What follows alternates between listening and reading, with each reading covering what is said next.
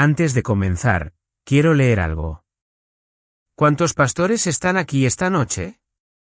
¿Podrían levantar la mano? Me gustaría leerles un texto antes de pasar al mío para la predicación. Siento profundamente que necesito hacerlo. Oh, afligida, azotada por la tormenta y no consolada, he aquí que pondré tus piedras en antimonio, y tus cimientos los colocaré en zafiros. Además, haré tus almenas de rubíes, tus puertas de cristal y toda tu muralla de piedras preciosas. Todos tus hijos serán enseñados por el Señor, y el bienestar de tus hijos será grande. En justicia serás establecida. Tal vez estoy leyendo esto más para mí que para ustedes, o tal vez hay algo que tenemos en común. Esta semana, hasta ahora, he estado con algunos de los hombres que más admiro en el ministerio. Y es tan maravilloso escuchar todas las cosas que nos han dicho y nos han enseñado. Es una bendición para mí. Pero al mismo tiempo, es un poco intimidante. Escuchas a estos hombres predicar, su dominio de las Escrituras, su conocimiento, devoción y tantas otras cosas que parecen emerger en su predicación. Y a veces pensamos, ¿hacia dónde voy yo? Pastor, usted necesita, como espero sepa y como los oradores aquí seguramente afirman, que el cristianismo no se trata de conferencias. Y los hombres que han ministrado aquí hasta ahora, aunque aman ministrar a los hombres de Dios, esto tampoco es su vida. Esto no es la realidad. Pastor, si usted es fiel, vale su peso en oro. A veces temo la notoriedad. ¿Sabe por qué? Porque los fariseos querían notoriedad, y Jesús se las dio, y luego fueron al infierno. También hay pasajes que nos advierten sobre ser exaltados en esta vida para perder esa exaltación en la próxima. Y nuestro cristianismo estadounidense está tan distorsionado sobre lo que significa tener éxito en el ministerio. Alguien le preguntó una vez a J. H. Packer, ¿quién es el mejor predicador vivo? Y él dijo, ¿usted no lo conoce? Cuando estoy por el mundo, en aldeas y lugares remotos, conozco hombres que apenas pueden leer en su propio idioma y han plantado más iglesias que todos nosotros juntos. Y lo que quiero que sepan es que se sientan animados. Sí, si son como yo, han escuchado algunas cosas sobre predicación hasta ahora y han pensado, eso que está diciendo está mal, yo hago eso. Y no debemos tomarlo a la ligera. Pero lo que quiero decirles es que quiero que se sientan alentados y quiero que regresen a casa como yo, y quiero que tomen lo que han aprendido, como las cosas que yo he aprendido. Esta mañana me levanté a las 5 para reunirme con el Dr. Lawson. Lo que le pedí fue, ¿podría enseñarme a predicar? Pero no se desanimen. Dense cuenta, vuelvan, estudien, prediquen, hagan la obra del ministerio, pero lo más importante, descansen en Cristo, en lo que Él está haciendo en sus vidas. Uno de los mayores puritanos dijo que una de las formas en que podemos glorificar a Dios es descansar en la providencia de Dios y ser fieles en ello, pastor. Él vendrá un día y verá que su labor no ha sido en vano. Y si, como yo, han visto algunas áreas en las que realmente necesitan trabajar más duro, alabado sea el Señor. Volvamos y trabajemos más duro, pero no con desesperación, no como si alguien nos estuviera persiguiendo. Descansemos en Cristo. Regresen. Sean alentados. Sean fortalecidos. Solo quería compartir eso con ustedes. Voy a hablar sobre Jesucristo. En esa declaración se revela cuán débil es realmente la predicación. Si no fuera por la gracia de Dios, si no fuera porque se nos ordenó decir cosas como esas, sonaría como una blasfemia cercana. Es como si intentaras poner todo el océano en un vaso de agua, toda la arena del mar en una pequeña caja de arena donde los niños juegan. Y eso es lo que sucede con la predicación. Esa es la angustia de la predicación y la oración, que ni siquiera hemos comenzado a comprenderlo. Y lo poco que hemos comprendido, no podemos expresarlo. No podemos explicarlo. He dicho antes que, a veces, me quedo despierto por la noche y odio mi cerebro. Estoy enojado con mi corazón. Me siento allí y llamo a mis labios mudos. Porque cuando hablas de Cristo, cuando hablas de Él, es imposible. La predicación es inútil. Y como dije antes, ¿hacia dónde vamos? ¿Hacia dónde vamos? Y por eso, especialmente a ustedes jóvenes reformadores, quiero que sepan algo. Muchos de ustedes han comprendido una cierta verdad aquí y allá sobre la reforma. Pero puedo decir, al mirarles, que no entienden. Porque pueden hablar de todas las glorias de Jesús, pero luego necesitan todo tipo de otras cosas para que esto funcione. Todo tipo de otras cosas para atraer a las personas.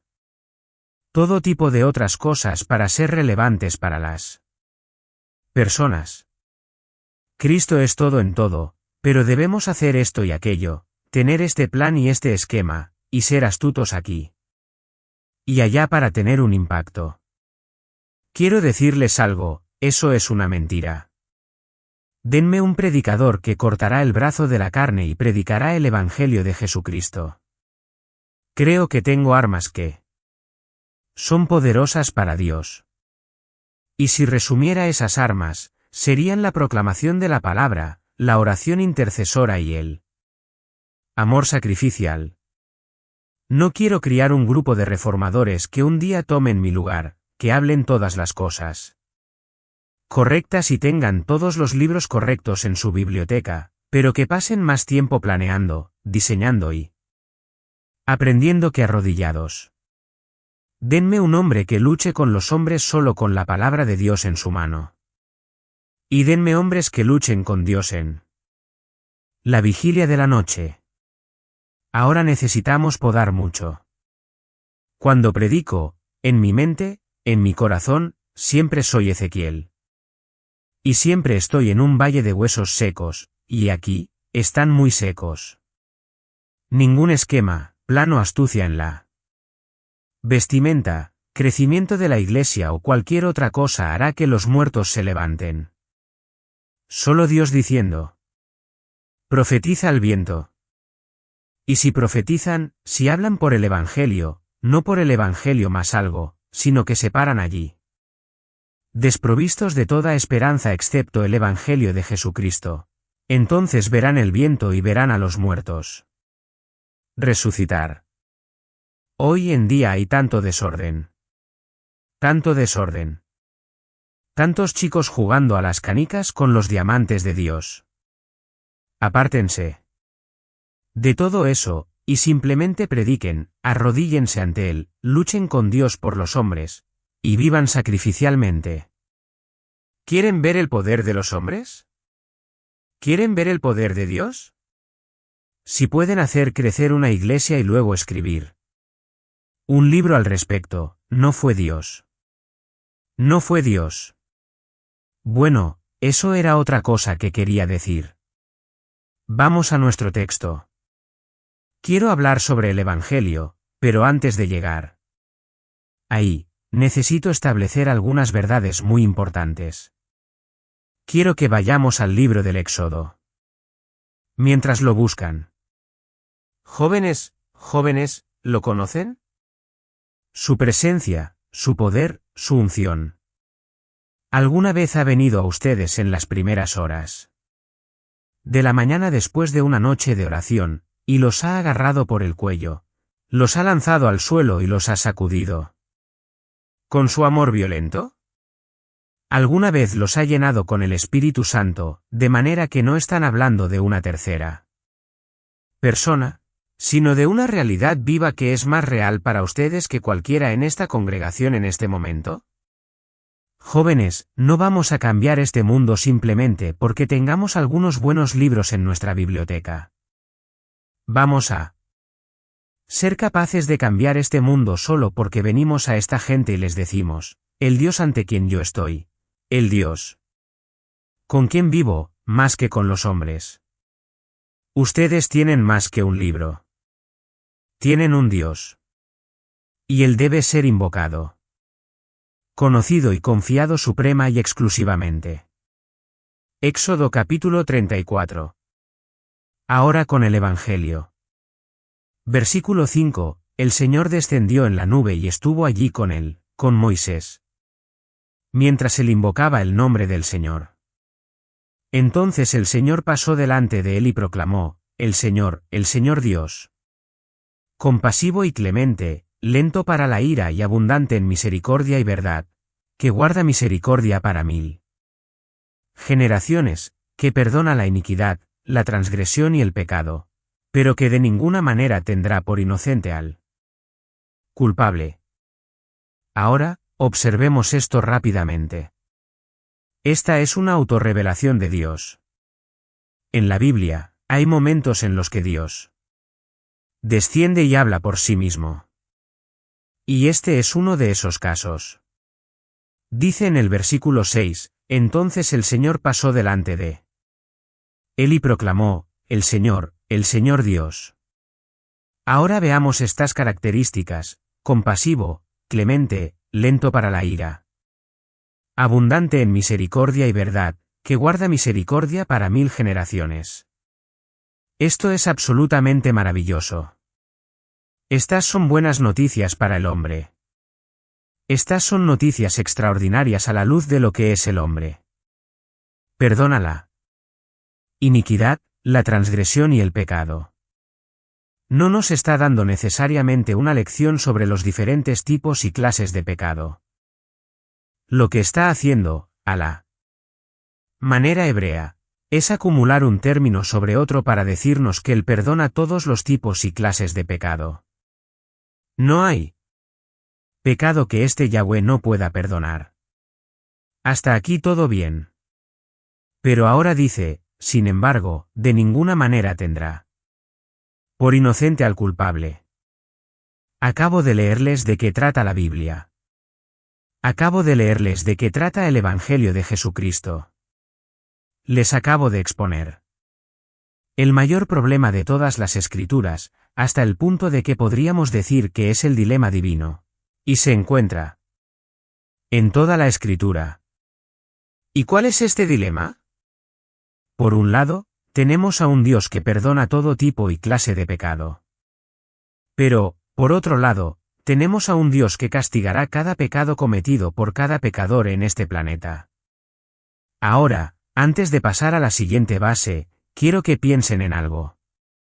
Quiero que piensen en la importancia de los atributos de Dios. Un niño pequeño va a la escuela dominical. ¿Recibe lección tras lección? En la mayoría de los lugares, no es catequizado. ¿Recibe lección tras lección sobre quién es Dios?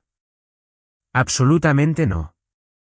Pasará por toda la escuela dominical, generalmente en la mayoría de las iglesias evangélicas.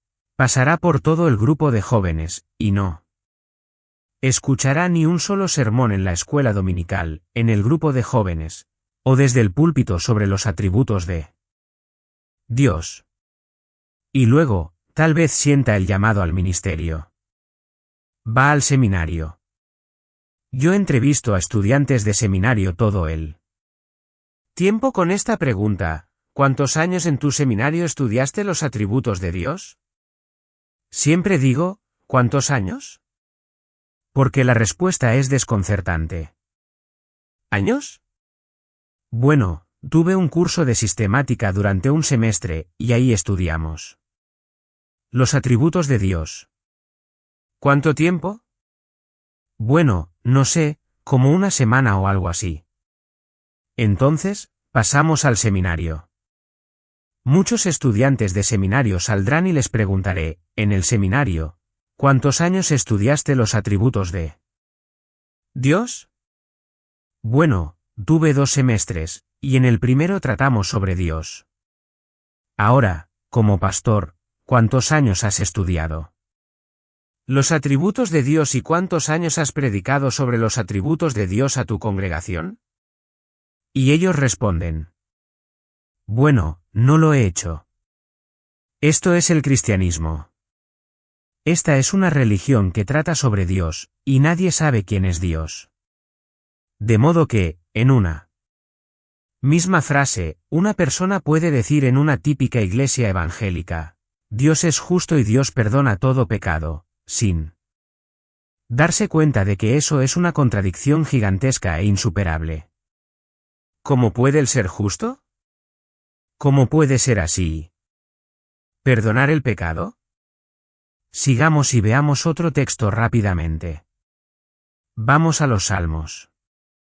Salmo 32, uno de los textos más hermosos de toda la Escritura. También se repite en Romanos capítulo 4, versículo 1, bienaventurado aquel cuya transgresión ha sido perdonada, cuyo pecado ha sido cubierto. Bienaventurado el hombre a quien el Señor no atribuye iniquidad. ¿Este es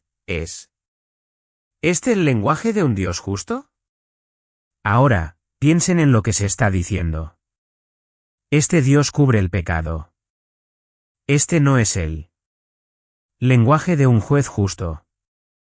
Este es el lenguaje que usamos en relación con uno corrupto. Un momento, me dicen que Dios es justo y, sin embargo, me dicen que Dios cubre el pecado. Dios perdona todo tipo y clase de pecado, y, sin embargo, el culpable no quedará impune. ¿Cómo puede ser esto? Es una absoluta imposibilidad, mi querido amigo, si no entiendes esto. No entiendes el Evangelio de Jesucristo. Y, sin embargo, rara vez escucho que esto se predique. Rara vez escucho a alguien, cuando está testificando en la calle, hablar de esto. Estaba predicando en una universidad en Europa hace unos años, y salí al escenario. Toda la audiencia secular estaba lista para atacarme, pensaban que iban a devorar a un puritano esa noche. Así que salí allí, orando: Señor, ¿qué debo decir a estas personas? Y dije esto: ahora escuchen. Esta noche voy a compartir con ustedes la verdad más aterradora revelada en las Escrituras cristianas. Algunos de ustedes tal vez quieran irse, porque es terrible, aterradora. Prepárense. Todos estaban listos. Dije: ¿están listos? Sí, estamos listos. Muy bien, aquí va, Dios es bueno. Y se quedaron callados. Finalmente, un estudiante dijo: ¿y cuál es el problema con eso? Respondí: ustedes no lo son. Ahora, ¿qué hace un Dios bueno con alguien como ustedes? Ustedes quieren que Dios sea justo. Quieren que Él juzgue los regímenes políticos corruptos y acabe con la avaricia corporativa. Quieren que Él descienda con un martillo sobre cada hombre. ¿No se dan cuenta de que acaban de pedir que el hacha del verdugo caiga sobre su propio cuello? ¿Cómo puede Dios ser justo, y sin embargo perdonar a los hombres injustos? Rápidamente, vayamos a Romanos. Solo quiero que vean que este es un argumento principal con respecto a la muerte de Cristo como portador del pecado. Romanos capítulo 3, después de hablar sobre el pecado durante 3 capítulos, Pablo, el apóstol, retoma en el versículo 23, por cuanto todos pecaron y están destituidos de la gloria de Dios, siendo justificados gratuitamente por su gracia mediante la redención que es en Cristo Jesús, a quien Dios exhibió públicamente como propiciación por su sangre a través de la fe. Cristo, como decía siempre Martyn Lloyd-Jones, fue mostrado públicamente en la cruz, crucificado en el centro religioso del universo, Jerusalén, para que todo el mundo lo viera. No fue solo una obra redentora, fue una obra reveladora. Dios estaba revelando algo. ¿Qué estaba revelando? Pablo nos dice, esto fue para demostrar su justicia, porque era ¿necesario demostrar la justicia de Dios? Dice aquí, porque en su paciencia, Dios pasó por alto los pecados cometidos anteriormente. Aquí está el problema. Como he dicho muchas veces, entendemos muy poco acerca de Satanás. Pero sabemos que es un ser personal, poderoso y maligno. También sabemos que cuando se rebeló contra Dios, fue justamente condenado. Y cuando fue condenado, no hubo ningún problema filosófico o teológico en el cielo. Era justicia. No hubo problemas filosóficos ni teológicos en el cielo hasta la caída de Adán. Adán, come de este fruto, morirás. Él comió. ¿Dónde estaba la justicia perfecta? Dirás, bueno, el mundo fue lanzado a la miseria. Todo debió ser anulado. Todo debió ser destruido. Pero a una raza caída se le dio misericordia. ¿Puedes imaginar al acusador en ese día? Dios, tu justicia. ¿No hará el juez de toda la tierra lo correcto? Él debe morir. Oh. Y Noé, el justo Noé, claro, tu juicio cayó sobre todo el mundo. Pero Noé también debió haber muerto. Y Abraham, tú amigo. Tu amigo mintió. Puso en peligro a su esposa. Oh, y David, el hombre conforme a tu corazón. Tú lo llamas hijo. Pero es un asesino. Y así, a lo largo de toda la historia redentora, ¿cómo puedes ser justo y perdonar a personas como estás? Hace 2000 años, Dios dio su respuesta. ¿Quieres saber cómo puedo proveer misericordia a una familia caída? ¿Quieres saber cómo puedo mostrar misericordia a Noé? ¿Quieres saber cómo puedo llamar amigo a Abraham? ¿Quieres saber cómo puedo llamar hijo a David? Mira ahora al Calvario, a mi hijo, porque allí él muere por todos ellos. No podemos entender el Evangelio sin comprender algo acerca de los atributos de Dios. En la Iglesia evangélica, y en la Iglesia Bautista del Sur, no se puede entender el Evangelio a menos que se entienda algo sobre la justicia de Dios y algo sobre la depravación radical del hombre. ¿Cómo pueden encontrarse estas dos verdades, justicia y misericordia? ¿Cómo pueden reconciliarse? Solo en la persona de Jesucristo. Cristo muere en ese árbol, y ustedes se deleitan en el hecho de que Él los reconcilia con Dios, y con razón. Pero hay un sentido en el que todo el cosmos es reconciliado en la persona de Cristo. Y no solo eso, creo que en la persona de Dios. Solo en Cristo encontramos reconciliación, porque aquí está su justicia, perfectamente mantenida, y aún así su misericordia derramándose sobre el más vil de los pecadores, habiendo aniquilado toda acusación contra su justicia. Mediante la cruz del Calvario. Amigo mío, esto no es algo extraño o desconocido. Al menos, no lo era hace 150 años. Era el pan de cada día en la predicación del Evangelio. Por eso les digo, este país no es tanto endurecido al Evangelio como ignorante del Evangelio. Y es ignorante del Evangelio porque sus predicadores son ignorantes del Evangelio. Ahora necesitamos hablar sobre el evento de la cruz. Así que hagámoslo. No sé realmente cómo describir este texto. Vamos. A 2 Corintios capítulo 5. Pablo nos ha hablado tantas veces sobre la expiación y los sufrimientos de Cristo. Nos lleva por una escalera empinada hacia muchos agujeros oscuros respecto a los indescriptibles sufrimientos de Jesucristo y lo que él soportó en ese árbol. Pero justo cuando piensas que no puede ir más lejos, enciende una antorcha y nos lleva aún más profundo. En 2 Corintios 5 y 21 dice, al que no conoció pecado, por nosotros lo hizo pecado, para que nosotros fuésemos hechos justicia de Dios en él. Ahora hay un problema cuando lees este texto una y otra vez, lo memorizas y lo repites, se convierte en algo casi trivial. Pero quiero que sepan que hay algo en este texto que hizo temblar a Juan Calvino. Hay algo en este texto que haría que cualquier exegeta diga, llegaré hasta aquí, y no más allá. ¿Cristo fue hecho pecado? Antes de que podamos entender eso, miremos la declaración inicial, al que no conoció pecado. Él no conoció pecado. En nuestra intención de defender la deidad de Cristo a lo largo de la historia, muchas veces pasamos por alto la idea de que esta deidad también era humanidad, la plenitud de Dios. Él era hombre. Y caminó en este planeta como un hombre empoderado y lleno del Espíritu Santo de Dios. Y como hombre, no conoció pecado.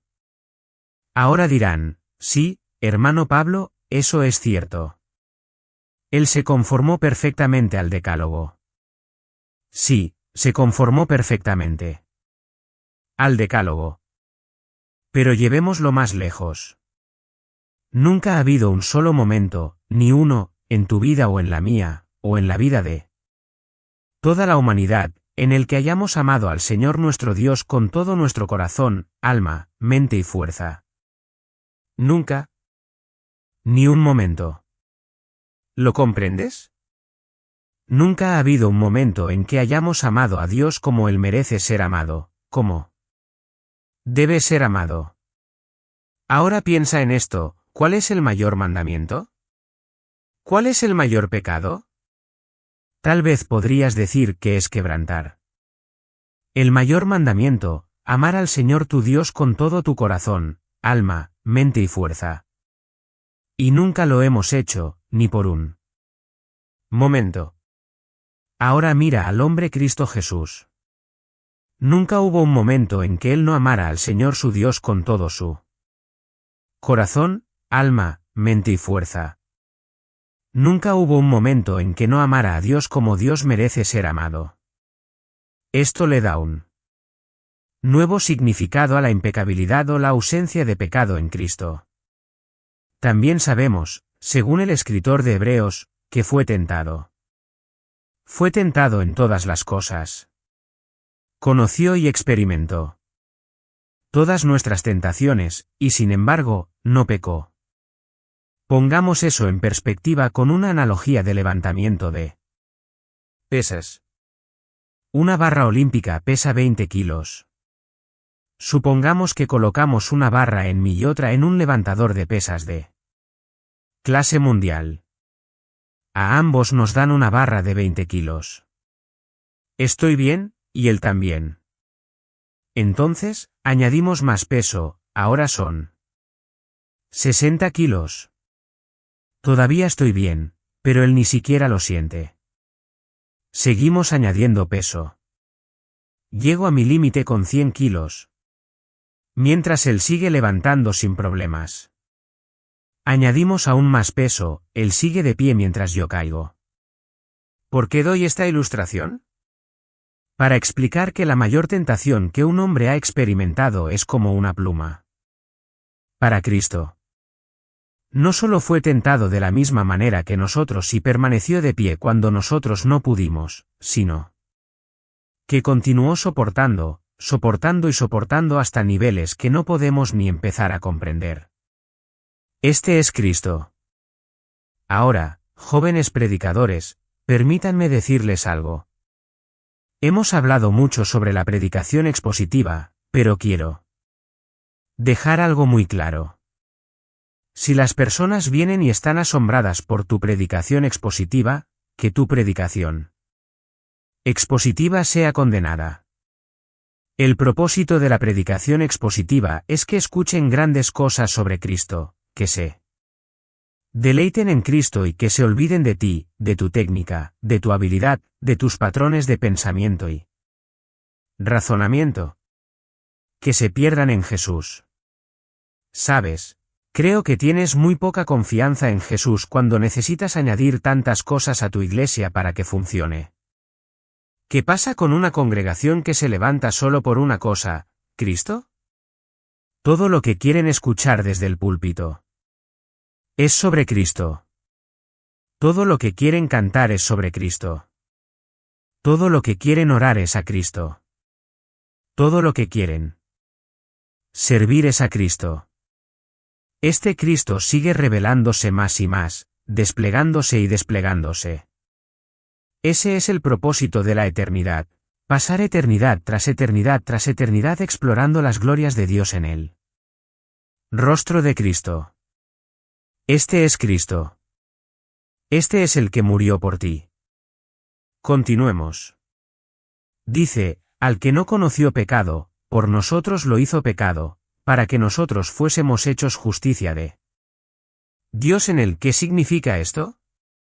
Significa que, de alguna manera, en la cruz Cristo se convirtió en un ser corrupto o que se transformó en algo diferente a lo impecable y perfecto.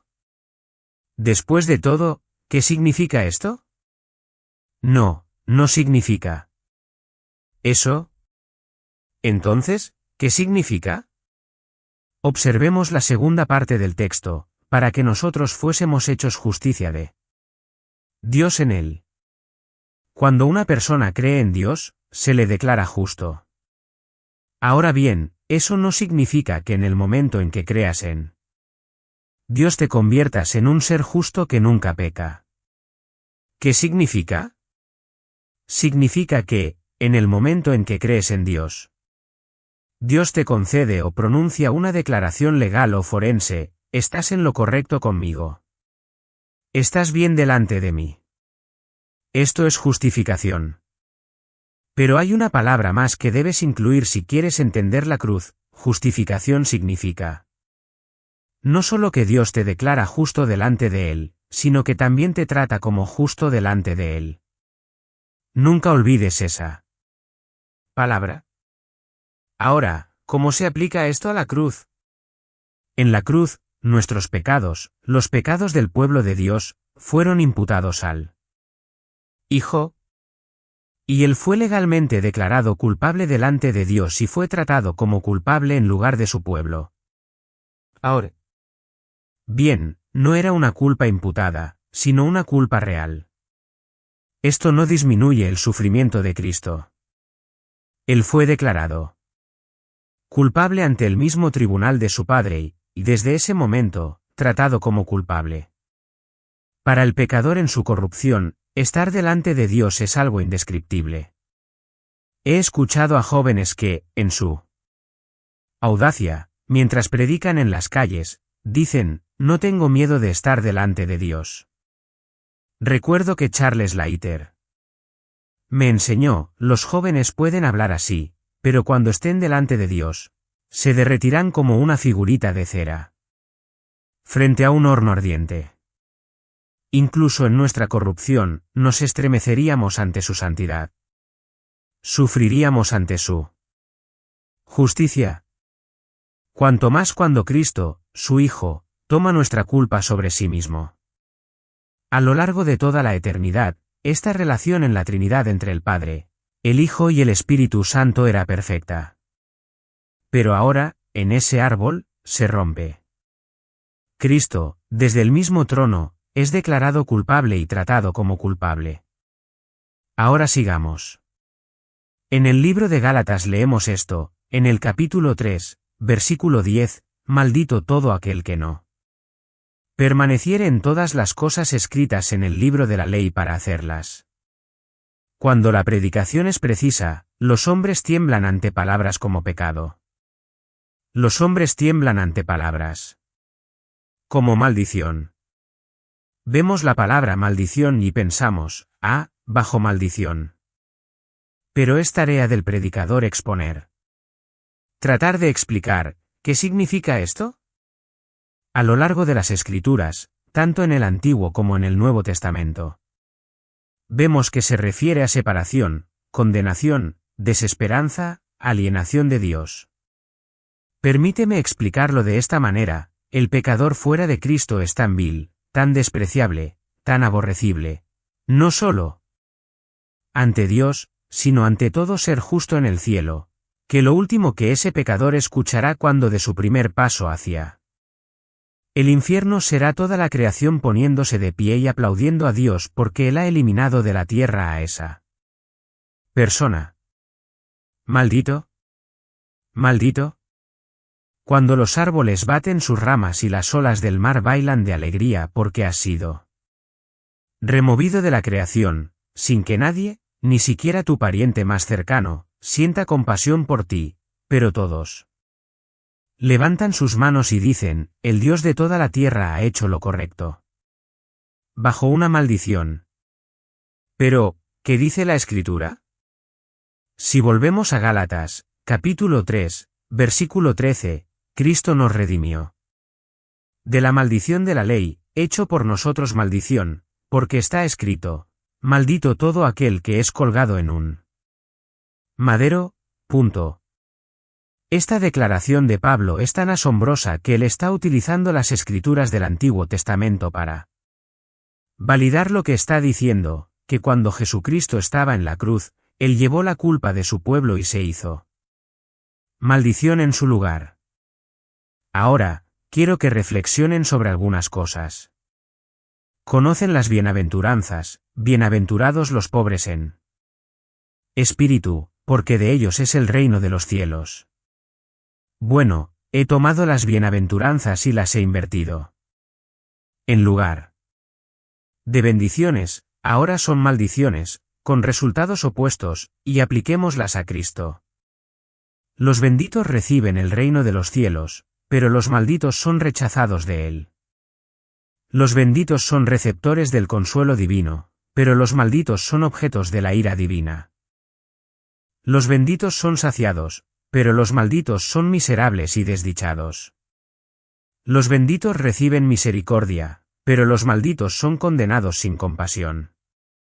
Los benditos verán a Dios, pero los malditos son cortados de su presencia. Los benditos son hijos e hijas de Dios, pero los malditos son desheredados y deshonrados. ¿Ven? Para que ustedes pudieran entrar bajo esta promesa de bendición, era necesario que alguien más estuviera bajo la maldición. En el libro de Deuteronomio hay algo muy importante, no lo vamos a buscar, pero se encuentra en los capítulos 27 y 28. Vemos dos montañas, el monte Gerizim, desde donde un campamento de Israel debía pararse y proclamar todas las bendiciones que caerían sobre la cabeza del guardador del pacto, y el monte Ebal, donde otro campamento de Israel debía pararse y proclamar todas las maldiciones que caerían sobre el transgresor del pacto. Bueno, sabes en cuál campamento perteneces, ¿verdad? El monte Ebal es tu montaña. Eres un transgresor del pacto. Has violado las leyes de tu Dios. Por tus propios pensamientos, palabras y obras, eres culpable.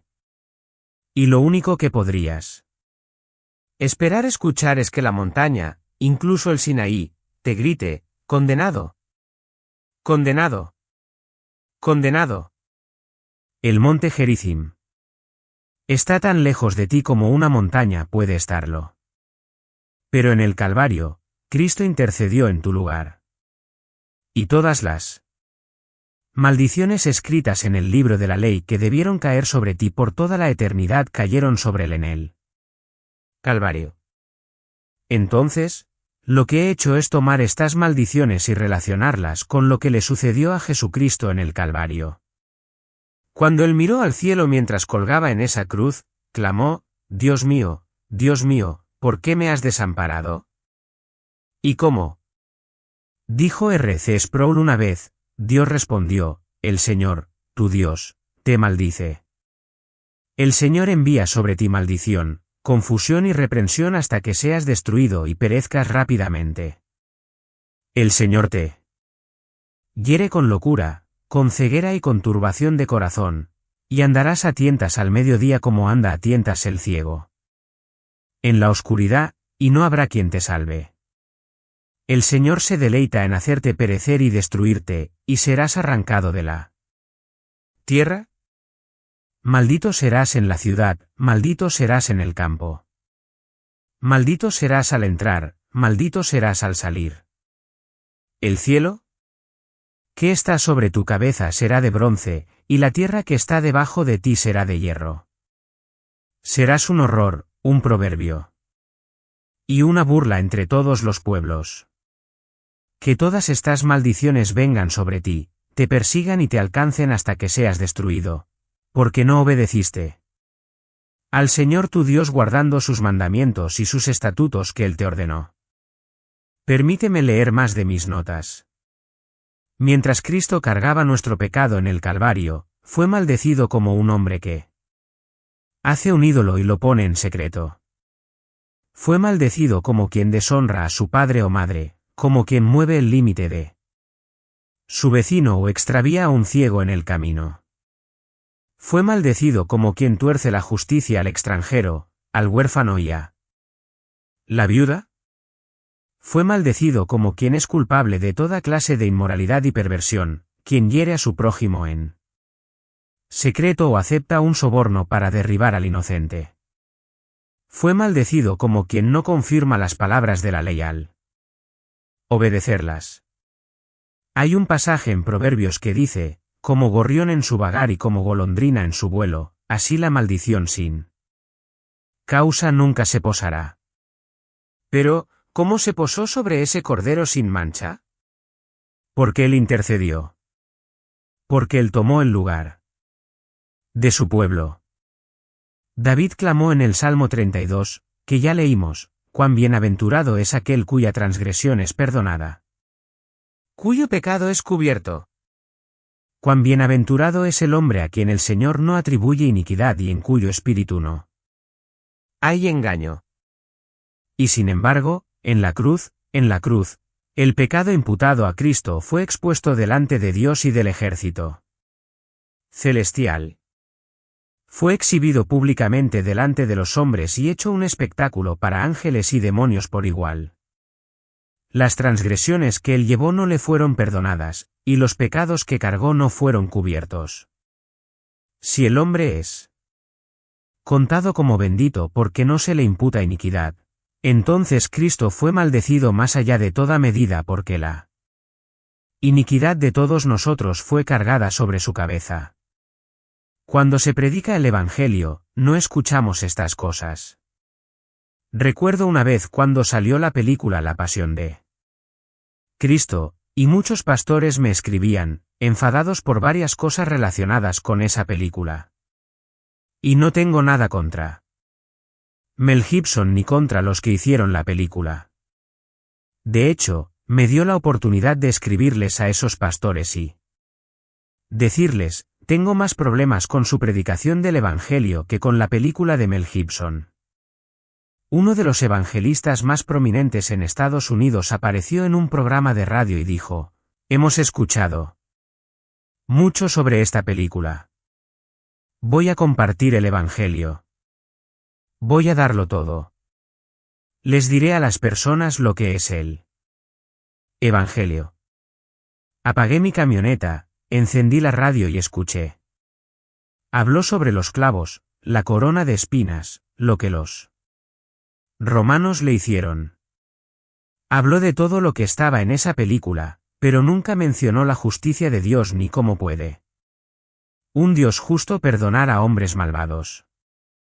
Nunca mencionó que el verdadero dolor de la cruz no fue el látigo romano, sino la ira del Dios Todopoderoso cayendo sobre la cabeza de su Hijo. Déjenme preguntarles, ¿somos ignorantes de estas cosas o no nos deleitamos en ellas?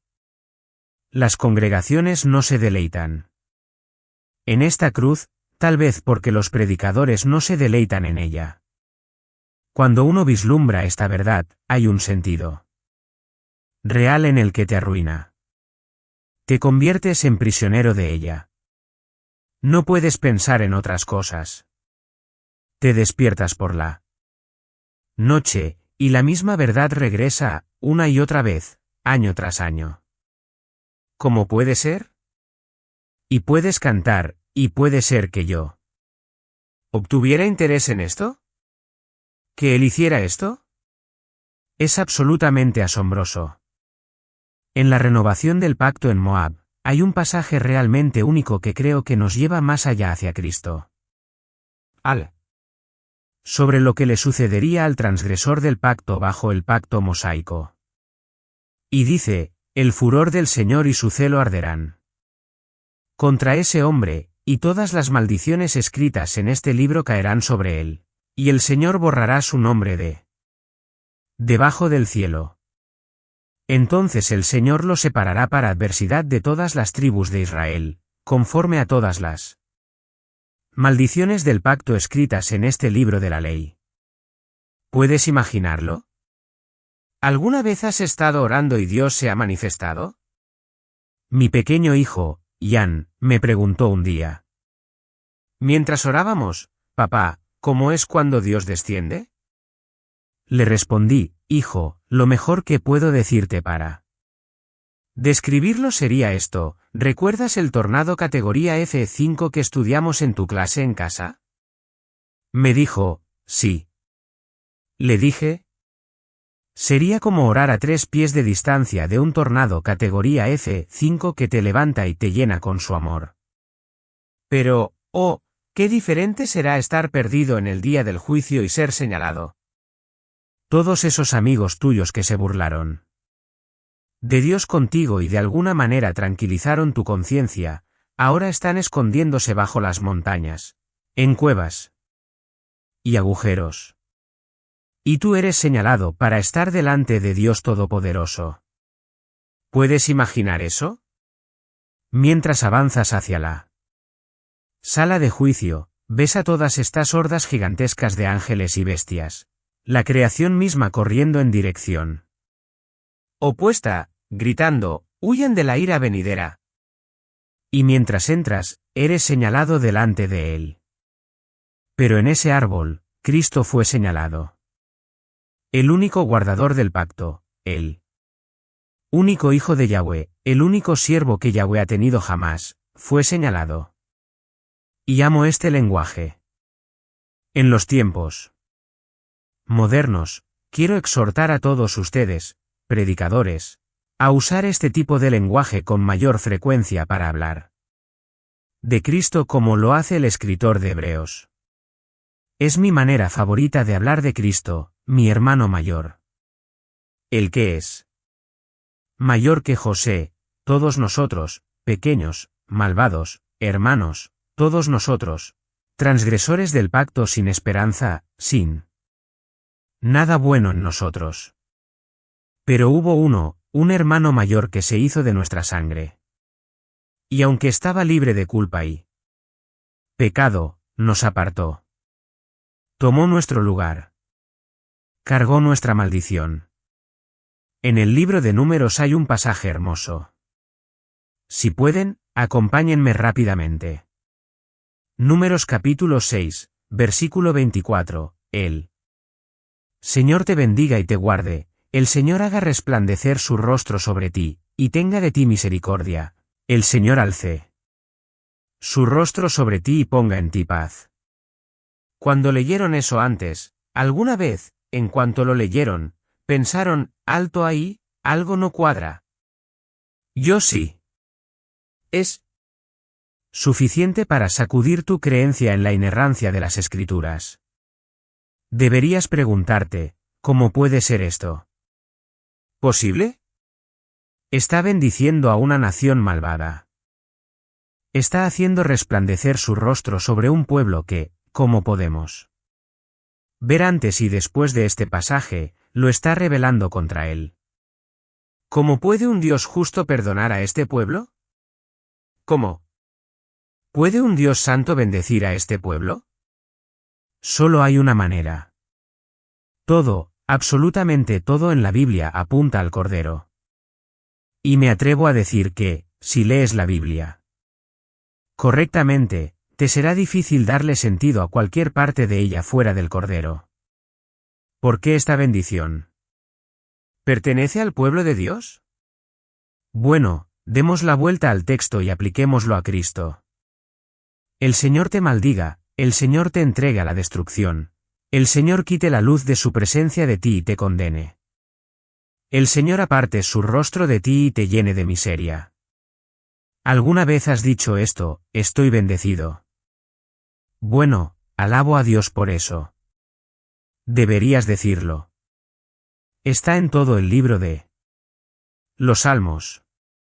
Deberías proclamar al mundo entero, estoy bendecido. Tengo un querido amigo, un amigo y colega muy cercano. Sin excepción, si le preguntas, Dr. Berry, ¿cómo estás? Su respuesta siempre será, estoy bendecido. Pero ahora quiero que aprendas algo que no te quitará esa bendición, pero hará que la aprecies más. ¿Estás bendecido? Sí, lo estás. Y Efesios capítulo 1 nos lo dice. Pablo el apóstol, esforzándose con todo el poder del Espíritu y su intelecto, intenta explicar lo bendecidos que somos, pero ni tú ni yo podemos siquiera comenzar a comprenderlo. Pero, ¿cómo somos bendecidos? Porque él fue maldecido. ¿Lo entiendes? El cristiano que conoce a Dios vive en algo que parece una paradoja. Grita con el mayor gozo, estoy bendecido. Pero detrás de ese gozo hay un corazón tembloroso que nunca olvida, estoy bendecido porque él fue maldecido. Estoy bendecido porque él fue maldecido. Es todo acerca de él. A veces veo sitios web de iglesias y probablemente, después de esto, muchos de ustedes cambiarán sus sitios web. Pero no me refiero a que hagan eso. Hay un peligro real cuando voy a sus sitios web, y lo que promocionan en la página principal es su comunidad hermosa. Y no leo nada sobre la belleza de Cristo. ¿Están tratando de ocultar el escándalo? ¿Están tratando de hacer que los jóvenes hermosos sean el punto de atracción para su iglesia? Estuve con Conrad Mbewe hace algunos años. Ambos predicábamos en Europa del Este, y él estaba harto de las técnicas de crecimiento de iglesias estadounidenses llevadas a esa región. Con esa voz y el poder que tiene, dijo, jóvenes. ¿Quieren saber cómo el apóstol Pablo evangelizaba las naciones paganas? ¿Quieren saber cómo atravesó las ciudades más grandes de la antigüedad? Tomen un cartel, escriban en él, Cristo crucificado, y caminen por la ciudad. Estoy tan cansado de ver cortes de cabello elegantes, ropa moderna, gente hermosa, y demás. Pero tengo que llegar a la página 10 para encontrar algo sobre Cristo. Si las personas vienen, los están guiando a la idolatría. Cristo debería ser nuestro único atractivo. Si usas medios carnales para atraer a hombres carnales, tendrás que seguir usando medios carnales para retener a esos hombres carnales. Y acabo de describir al evangelicalismo estadounidense y la razón por la cual es como un parque de diversiones, unas 6 banderas sobre Jesús. Y a veces, pastores, espero porque pienso en esto. ¿Acaso los pastores piensan tan poco de Cristo que sienten que deben poner algo más como tarjeta de presentación? Pastores, esto es un pequeño desvío, pero soy conocido por ello, y todos saben que no tengo un doctorado. Así que puedo hacerlo.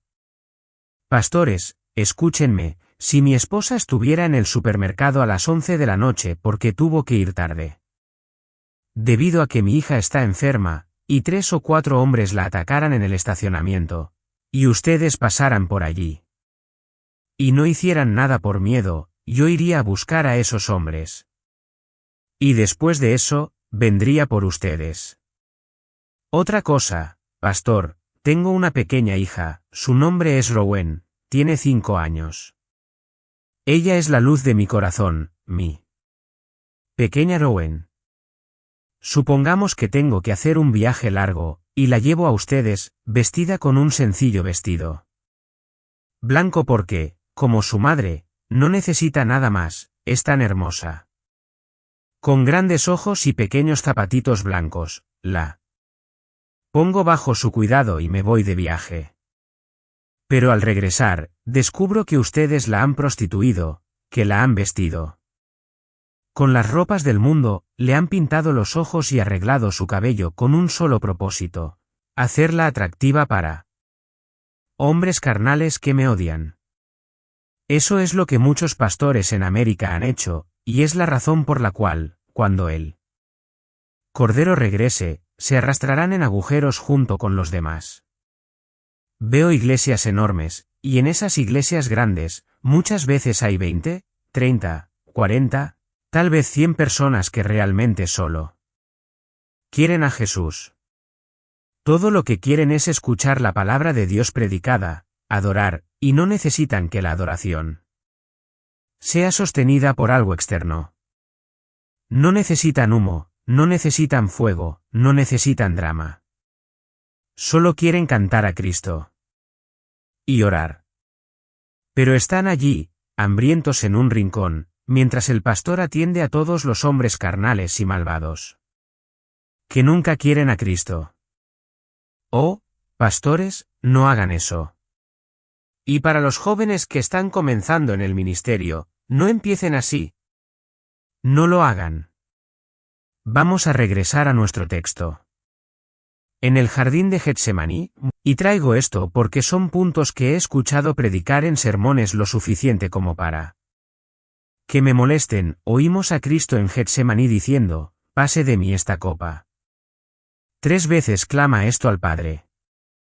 Esto es extremadamente inusual. De nuevo, estamos viendo su humanidad, y al caminar por este pasaje debemos ser muy cuidadosos, porque aquí están sucediendo cosas que están más allá de nuestra comprensión. Cristo está confrontado con la realidad de la cruz. He escuchado a muchas personas decir: sí, Cristo, en su omnisciencia, vio el látigo romano cayendo sobre su espalda. Vio los clavos siendo clavados en sus manos. Vio la lanza perforando su costado. Y lloró en angustia. Clamó al Padre y sudó gotas de sangre por ello. No. No, y puedo probarlo. Cristo no estaba llorando en ese jardín porque tenía miedo de un látigo romano. Puedo probarlo porque, después de que murió, resucitó de entre los muertos y ascendió al cielo, tenemos una larga historia de cristianos siendo crucificados en Roma. Y sabemos, según los estudios de martirio, que muchos de ellos fueron a las cruces romanas con el pecho erguido, la cabeza en alto, cantando himnos con gozo, considerándolo un privilegio sufrir por el Mesías. ¿Me vas a decir que los seguidores de Jesucristo murieron con gozo en cruces, algunos de ellos incluso siendo quemados vivos, mientras que el capitán de su salvación se acobardó en un jardín? Recuerdo una vez que estaba predicando en una escuela reformada, es decir, una escuela realmente reformada. Era una escuela espectacular. Nunca olvidaré que fui allí y le dije al profesor: ¿qué va a predicar? Respondí: propiciación. Le pregunté: ¿qué edad tienen los estudiantes? Me dijo: bueno, estarán allí desde primer grado hasta el último año. Le respondí: bueno, eso lo hace un poco difícil. Y él dijo: no aquí. Entonces comencé a predicar y finalmente les hice esta pregunta: ¿qué había en la copa? Una niña pequeña, no tendría más de 9 años, levantó la mano. Le dije: sí, querida. Se levantó junto a su escritorio y dijo: Señor, la ira del Dios Todopoderoso estaba en la copa. De la boca de los niños, de la boca de los niños. Ahora quiero leerles las palabras del salmista: porque en la mano del Señor hay una copa, y el vino se agita. Está bien. mezclado, y él derrama de ella. Todos los malvados de la tierra beberán y apurarán hasta las heces. En Jeremías. Leemos, porque así dice el Señor, el Dios de Israel, toma de mi mano esta copa del vino de mi ira y haz que todas las naciones a las que yo te envíe la beban. Beberán, se tambalearán y enloquecerán a causa de la espada que enviaré entre ellos. ¿Qué había en la copa? La ira de Dios estaba en la copa. He leído esto en algunos lugares, algo que quiero señalarles. Una vez más, digo que debemos ser muy cuidadosos. Pero he leído a algunos escritores antiguos que tomaron de Lucas capítulo 2, donde dice que Cristo creció en estatura y sabiduría, y de Hebreos 5, 8, donde dice que aprendió obediencia. Algunos han sugerido esto, que a medida que Cristo crecía, esto es tan asombroso, mientras crecía como un joven hombre, comenzó a comprender más y más lo que significaba ser el Mesías y el Redentor de su pueblo. Creció en sabiduría. Que sí, mientras crecía, una visión del costo de redimir a su pueblo le golpeaba como un camión, como un toro cargando. Y se tambaleaba, diciendo, no se haga mi voluntad, sino la tuya. Y luego, con el tiempo, una mayor revelación del costo le golpeaba, y una vez más decía, no se haga mi voluntad, sino la tuya. Finalmente, en esa última noche en Getsemaní, toda la plenitud de lo que se derramaría sobre él, la ira del Dios Todopoderoso, el abandono, todo, por su pueblo, lo hizo clamar, pase de mí esta copa. Y, en esa batalla, salió victorioso, pisó firme, levantó los hombros y dijo, no se haga mi voluntad, sino la tuya. Y fue al árbol. Estoy asombrado por el pasaje que dice, despierta, espada, contra mi pastor, y contra el hombre que es mi compañero. Hiere al pastor. Ahora, quiero que piensen por un momento, solo por un momento. Intentar encontrar una ilustración para esto simplemente no funciona. Pero imaginen una represa de 1000 metros de altura y 1000 metros de ancho, llena hasta el borde de agua. Y tu pequeña aldea está a unos 200 metros de la base de la represa.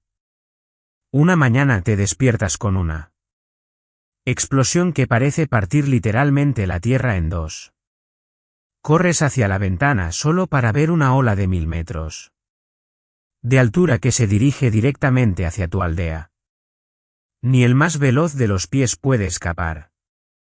Ni el mejor nadador tiene esperanza alguna.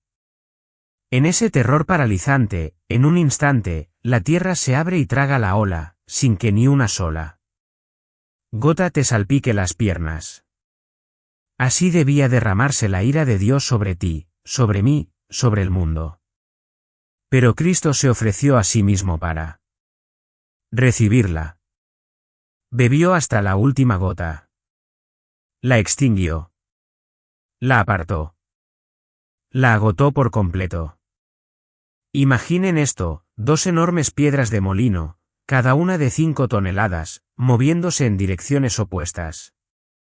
Tomas un grano de trigo y lo colocas entre las piedras. Por una fracción de segundo, el grano resiste, pero luego explota y es reducido a polvo, a la nada. Así fue Cristo, aplastado bajo la ira de Dios. Ven, Dios es justo. Esa justicia debe ser satisfecha. Si esa justicia no es satisfecha, la ira no puede ser aplacada.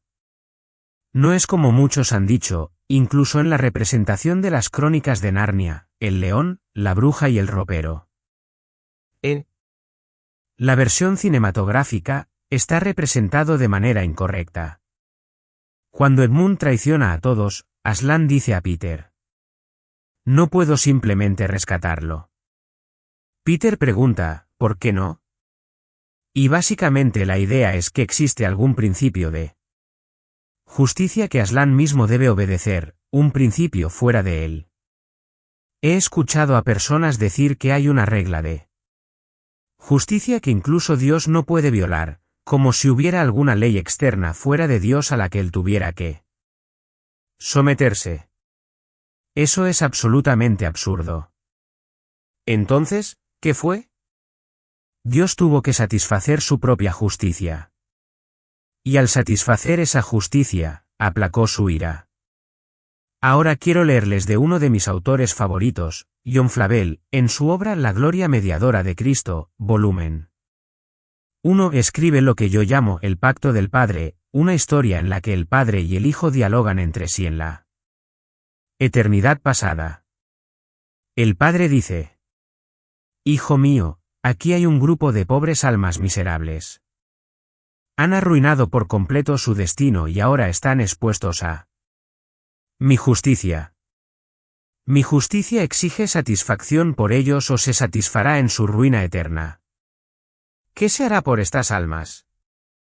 Y el Hijo responde: Oh Padre mío, tal es mi amor y compasión por ellos que, antes de que perezcan eternamente, yo seré responsable por ellos como su garante. El Hijo continúa: Trae todas tus cuentas para que pueda ver lo que deben. Tráelas todas. No quiero que haya saldos pendientes con ellos. Esto es extraordinario. Muchas veces, un joven se casa lleno de poesía y, 6 semanas después, regresa diciendo: ¿qué he hecho? No sabía en lo que me estaba metiendo. Pero no con Cristo. Él dice: Trae todas tus cuentas, Padre. Tráelas. Todas. Ve lo que deben. Y aquí está una de mis citas favoritas jamás escritas por la mano de un hombre fuera de las Escrituras inspiradas.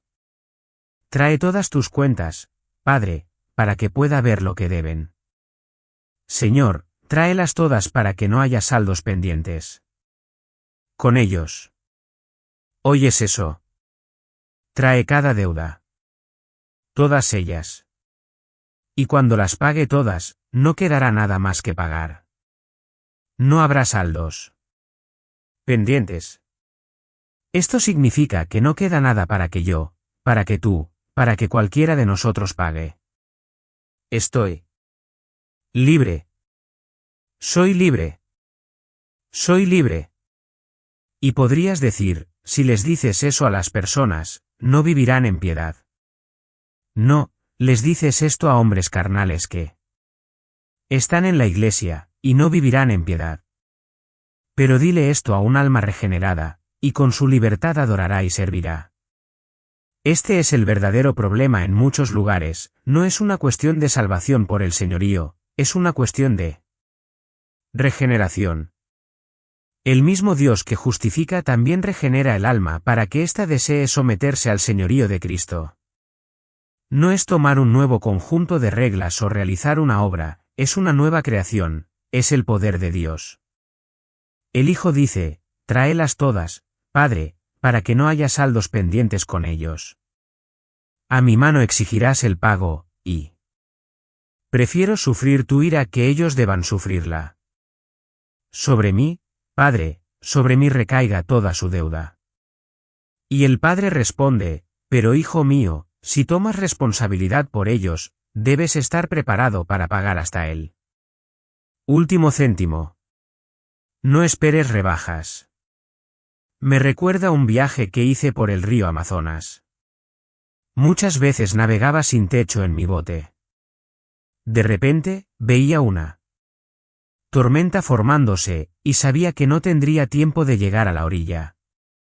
La tormenta llegaba, llenaba el bote en cuestión de minutos, y sabías que estabas perdido si no pasaba de largo.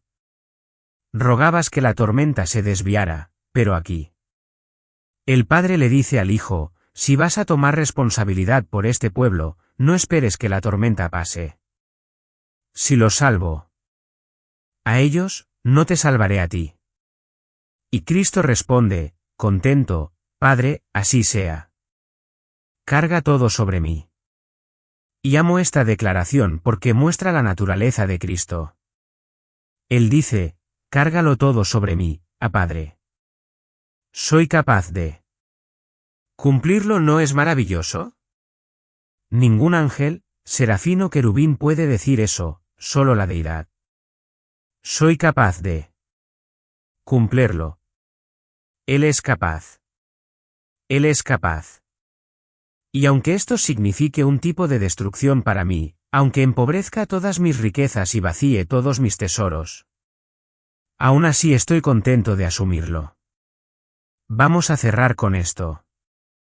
Conocen la historia. Dios viene a un hombre anciano llamado Abraham y le dice, ahora toma a tu hijo, tu único hijo, a quien amas, Isaac, y ve a la tierra de Moría, y ofrécelo allí en holocausto sobre uno de los montes que yo te diré.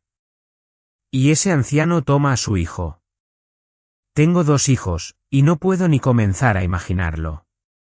Como mencionó el Dr. Vic, nunca te daría a mi hijo. No podría darte a mi hijo. Pero Abraham fue mandado por Dios a ofrecer a su hijo. Así que va al monte Moría. Saca un cuchillo después de colocar al niño sobre el altar sacrificial. Levanta el cuchillo, tal vez el mismo cuchillo de pedernal que usó para circuncidar al niño.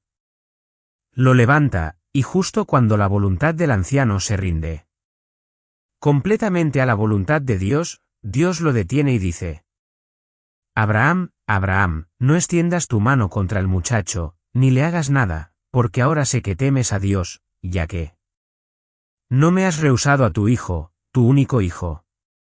Leemos eso y nos damos cuenta de que Abraham se da la vuelta y ve un carnero enredado en un arbusto por sus cuernos.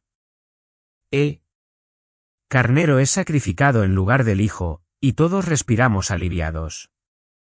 La historia ha terminado. Es un final hermoso. Pero hay un problema, no era el final. Era el intermedio. Verán, la sangre de los toros y los machos cabríos no puede quitar el pecado. Generación tras generación pasa, y ahora el telón del teatro se abre una vez más. Y ya no está Isaac. Ahora hay alguien mayor que Isaac. El Hijo de Dios, su Hijo, su único Hijo, a quien él ama, está colgando en un árbol. Y. Dios toma el cuchillo de la mano de Abraham y sacrifica a su Hijo unigénito. El Calvario. Nuestros pecados no fueron pagados porque un grupo de romanos golpeó a Jesús. No fueron pagados porque simplemente fue clavado en un árbol, o porque una lanza atravesó su costado. Aunque estos son los temas principales de muchos sermones de Pascua que he escuchado, rara vez he oído predicar que Cristo fue aplastado bajo la ira de Dios. Y. Murió. Y al morir, pagó por nuestros pecados. Y al tercer día, resucitó de entre los muertos. Romanos 1 nos dice que su resurrección fue la declaración pública de que Él era el Hijo de Dios. Una declaración pública de su deidad. Una declaración pública, que muchos pasan por alto, de su realeza. Romanos 4 nos dice que fue una declaración pública de que su muerte realmente satisfizo la justicia y apaciguó la ira de Dios. El libro de Hechos nos dice que la resurrección prueba que hay un Cristo, un Señor, un Rey y un Juez.